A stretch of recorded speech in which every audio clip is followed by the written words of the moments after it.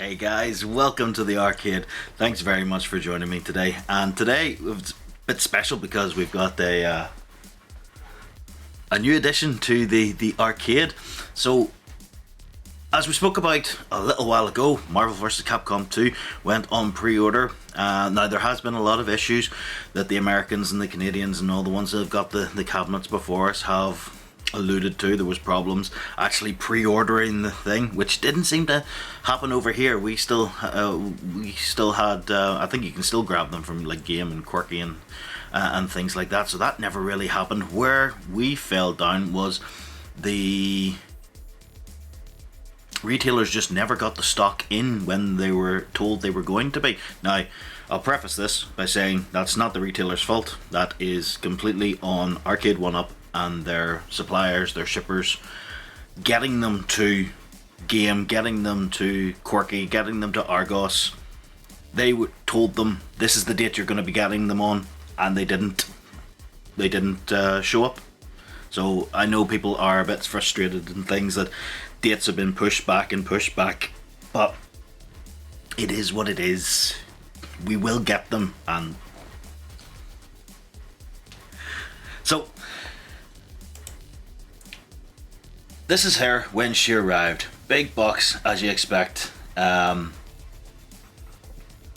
Beautiful artwork on the side of it. It's what you kind of expect from Arcade 1UP. If we look inside, it was really well packaged, which is something I love to see with these cabinets, because you don't want anything moving around in there, because there are fragile parts such as the PCB, the monitor itself, and of course you've got these big panels of wood. A crack in there is really going to hurt you.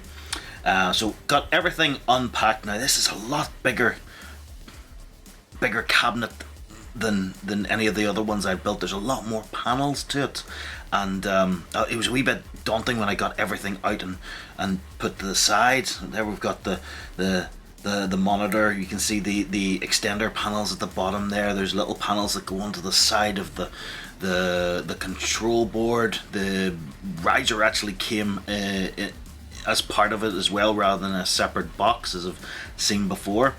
With this build, I did things kind of backwards. So I got the riser built first so that I could get it into position and out of the way. The riser was very simple to build, similar to any of the other ones you would have done. Here we can see how the extender panels connect onto the main side panel. So that's her there. It adds a couple of inches onto it. It's connected on quite nicely with these big metal panels, two on each at the sort of the front and the back end of it, and they're connected in really well, and you can see how it joins into the seam. It was really nice, but like I say, it was very complicated to build. Alright, well that's pretty much done at this stage. That's one of the longest and I would say most complicated builds that I've done on this. Maybe it's just because of the extra panels. I did have a bit of problems mounting the monitor. Everything looks quite good. I'm a wee bit annoyed just around here, will you see just up at the top there, that is just where the film did not come away cleanly. I will get a wee X-Acto knife up there and sort it out, but because you're mounting the monitor after, you know, these bits and pieces, and then you're doing the peeling, it's caught up behind there, so it was a wee bit annoying. Yeah, everything looks good. One thing I do want to say is I'm leaving off the F panel at the moment, the back, and I'll show you why here. Sorry, just get my light on so you can see in here. So there we go. There is your enclosed PCB. All the wires going everywhere. You've got your Wi-Fi adapter over there, but if you can see this little symbol here, that is for your Ethernet port. Now, I don't have one rigged up as yet, so I'm going to get one and spool it across the garage roof and then down. So for now, I'll run it off the Wi-Fi, see how it goes, but I will end up doing an Ethernet connection, especially for online gameplay. But yeah, quite happy with that. Lovely. So I'm going to put her into position now, and then we'll see about powering it on. And there she is, all built and ready to rock and roll. There is power now to the cabinet, so this is the first time switching it on. So let's see what happens. Oh, there we go. Oh, that marquee looks nice. Oh, that's loud. Wow. I have no control over the volume. Maybe that is loud. Let's rock.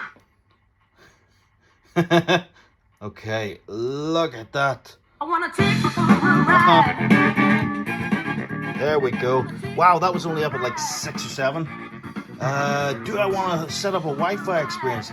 Yes, I bloody well do. So let's get into that and see where we get. The sound is beautiful. That was loud as well. Marquee, I really do like. I know people say that it's sort of pixelated, and I suppose you can if we go into cap here. I can't really get there. You can sort of see the sort of the pixelation, but you're standing back here, you know, playing the game. Woohoo! Woohoo! Camera. There we are. You don't notice it. Loving this. All right, let's get set up and let's see what she can do. That was pretty easy. So we can see there that we have a day 1 update, or well, it's not really day 1, it's day 1 for us. So let's go ahead and we'll update the cabinet. So hopefully this shouldn't take us too long. There she's downloading. She's on the Wi-Fi, so it will take a little bit longer than if it was on my wired connection, but I'm happy enough with that. So I'm going to let that download, and then we'll come back. Everything is nice set up, but as you can see, our lobbies will open soon. So that's on Marvel vs. Capcom 2. We can go through the other games now. I haven't finished my registration yet, which is why they'll show up like this. So first thing we'll do is we'll jump in, and it'll ask me to either select a local game or an online game. So I'm going to try one of the online ones. So I probably have to do a wee bit of work on the computer here just to get the stuff all logged in. So I'm going to do that right now, and then we'll jump in. So after that, it sends a very quick verification code to my email address, and then I just enter it here. Create a nickname. So we're going to be, oh no, go back. Oh god, what have I done? Can I adjust my name? Oh no, I've done something very stupid. No! This is why you don't rush things. Okay. Update nickname. Thank God for that. So I wanted to be... Good grief. Can I do... I cannot. Okay, so it'll just have to be C H K Arcade.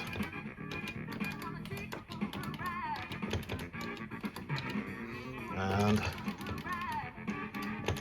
boom. Must be larger numbers. Oh, I can't have a space. Then why have a space? How daft. Alright. So there I am, if anyone wants to find me. I wonder if I could put in... No, it did say larger numbers. Well, I don't... It's giving me the whole keyboard, like so. Fuck it. Boom.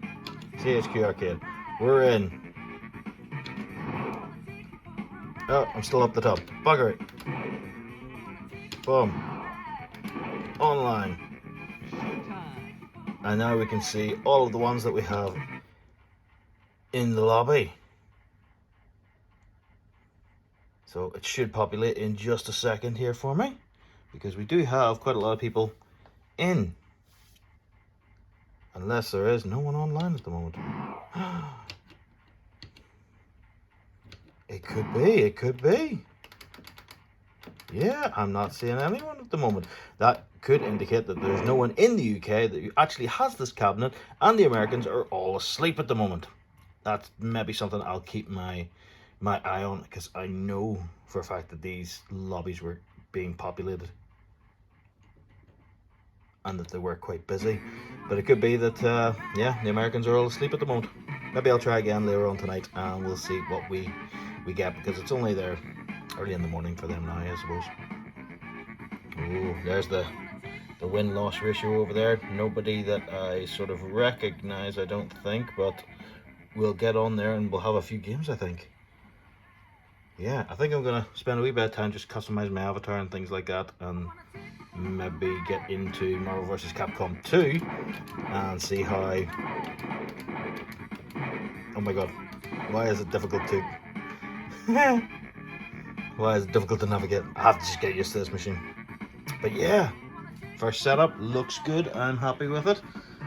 Control panel is lovely. I suppose I'll have to get used to the granite look, because the vinyl that I wanted was out of stock when the cabinet arrived.